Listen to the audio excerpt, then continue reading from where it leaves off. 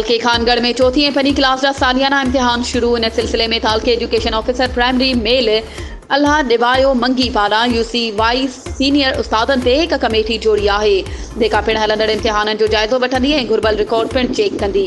जॾहिं त कमेटी जे approval district education officer primary Ghotki खां वरिती वई आहे। उन सिलसिले में TEO अल्लाह दबायो मंगी पारां गवर्नमेंट प्राइमरी स्कूल नेहू मेतलो शाहपुर महर फ़कीर मोहम्मद महर समेत मुख़्तलिफ़ स्कूलनि जो दौरो कयो वियो।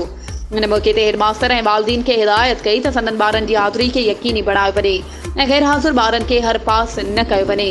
पेपर टाइम टेबल मुताबिक़ वरिता वञनि।